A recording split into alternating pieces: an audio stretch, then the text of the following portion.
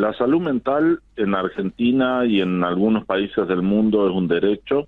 Por supuesto que la salud mental está en una situación bastante compleja porque siempre estuvo como en segundo lugar con respecto a la salud física, y hoy se conoce que la salud mental y la salud física son las dos sumamente importantes y deben ser atendidas con la misma cantidad de recursos. Estamos en un proceso de ampliar esos recursos tanto en el país como en muchos países de América Latina. Lo que sí te tengo que decir que la atención de salud mental en Argentina es bastante privilegiada con respecto a otros países. Ayer fue el 10 de septiembre, Día Nacional de la Prevención del Suicidio, y en toda España hubo marchas a los efectos de pedir políticas públicas con respecto a la salud mental, porque no tienen atención. Entonces, también tenemos que contextualizar eso y valorar algunas cosas que nosotros tenemos como avance, que es el derecho a la salud mental, y que más allá de todas las falencias que haya, estamos avanzando y va a ser un proceso, yo creo, a mediano y largo plazo, según las autoridades vayan haciendo cumplir las leyes, tanto la de salud mental como la de prevención del suicidio. Bueno, y en lo que respecta a los jóvenes y adolescentes particularmente, entendemos que es fundamental el poder garantizarles el acceso. Nosotros chequeábamos algunos datos referidos al tema, por ejemplo, que son grandes problemáticas en torno a la violencia, no solamente violencia hacia el otro, sino autoagresión misma, y estos datos tremendos que ha dado UNICEF, incluso de la segunda causa de muerte en el país en adolescentes tiene que ver con suicidios. Entonces, las políticas se deben adoptar ahora. En nuestra provincia vemos, lamentablemente, que no hay una reacción en una política concreta que llegue a garantizar este acceso. ¿Por qué lo digo? Porque si revisamos las escuelas y los establecimientos, hay un gabinete psicopedagógico cada 10 escuelas, por ejemplo, para tener una mínima referencia, ¿no? ¿Qué es lo que debería hacerse o qué es lo que se recomienda hacer en función de esto? Bueno, en primer lugar, lo que tenemos que tener en cuenta es que la salud mental no es patrimonio del ámbito de salud, sino que todos podemos contribuir, y como vos decías, la escuela puede ser un lugar de contribución muy grande, no solo para generar competencias cognitivas y emocionales para el afrontamiento de la salud mental, sino para la detección temprana y la educación para que las personas tomen conciencia de que es necesario realizar chequeos o asistir a salud mental.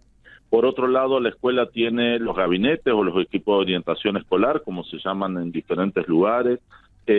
Deberían ser ampliados a la mayoría y, si es posible, a todas las escuelas, y desde mi criterio debería haber hasta una instancia superior de equipos especializados, por ejemplo, en violencias, porque está bastante complejo la situación de violencia entre pares y la resolución de conflictos en forma saludable. También se deberían ampliar los campos de atención, no solo a nivel físico, sino donde están los jóvenes y los adolescentes hoy, que son las redes sociales, tener otra apertura a dónde poder acudir y que no sean de las maneras tradicionales, porque si yo pongo una guardia o pongo un consultorio de consulta primera en una sala de primeros auxilios o una sala barrial, por lo general los jóvenes no acuden, pero sí acuden a consultar mucho por redes sociales, mucho por sistemas de contención virtual. Entonces también tenemos que empezar a pensar cómo poder estar en los lugares donde están las personas que necesitan ayuda o colaboración. Y por otro lado, generar políticas públicas y recursos para que la salud pública sea un objetivo privilegiado dentro de las políticas públicas. Y ahí yo creo que también hay dos sectores muy importantes. Por un lado, el Poder Ejecutivo, que es el que debe gestionar las políticas públicas, pero por otro lado, los poderes legislativos, que son quienes pueden pedir informes o generar específicamente leyes que obligan al Estado a generar esas políticas públicas o las acciones. Este es el caso de la Ley Nacional 27.130, que fue única en el país y fue la primera en el mundo. Y hoy ya tenemos 4 leyes con respecto a esto, como una ley que tiene una perspectiva de ampliación de derechos y que toda persona debe ser atendida, como así también a sus familiares. Entonces, yo creo que va por ahí la cosa, de generar leyes y normativas que obliguen a los estados a hacerse cargo de estas problemáticas. Ahora, licenciado, buen día. Podemos ver, ¿no?, que hasta el momento no, más allá que tenemos una muy buena ley, pero también hay algunos sectores en donde piden que se podría hacer mejoras.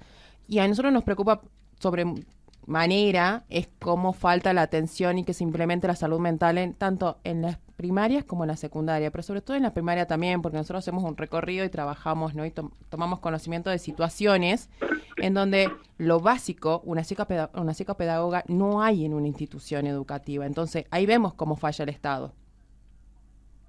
Por supuesto, yo creo que eso es una falencia del Estado y también es una falencia de los colegios profesionales, tanto de psicología como de psicopedagogía, de luchar por los espacios de trabajo y, si es necesario,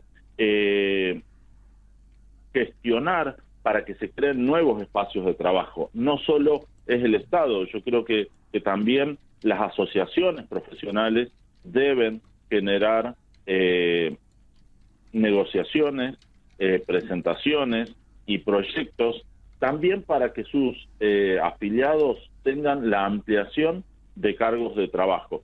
Y ahí yo creo que es un trabajo corresponsable y conjunto, y el Estado es el máximo responsable de la salud mental, ya que lleva a cargo las políticas públicas.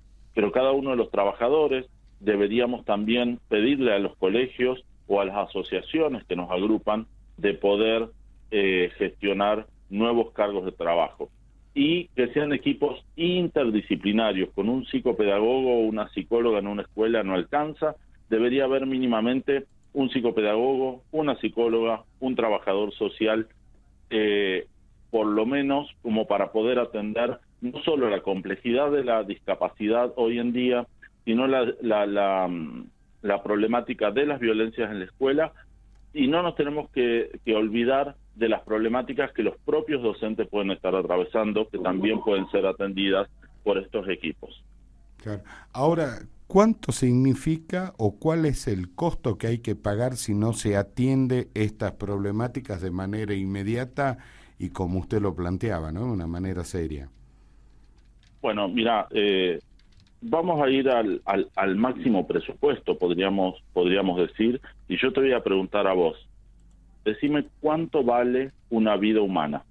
No tiene precio. Bueno, entonces ese es el precio que el Estado está pagando y que los funcionarios deberían tomar conciencia que están pagando por no generar políticas públicas. Porque una persona con problemas de salud mental, si vamos al máximo, sería perder la vida por un suicidio o que otra persona pierda la vida por acción de alguna violencia hacia otra persona.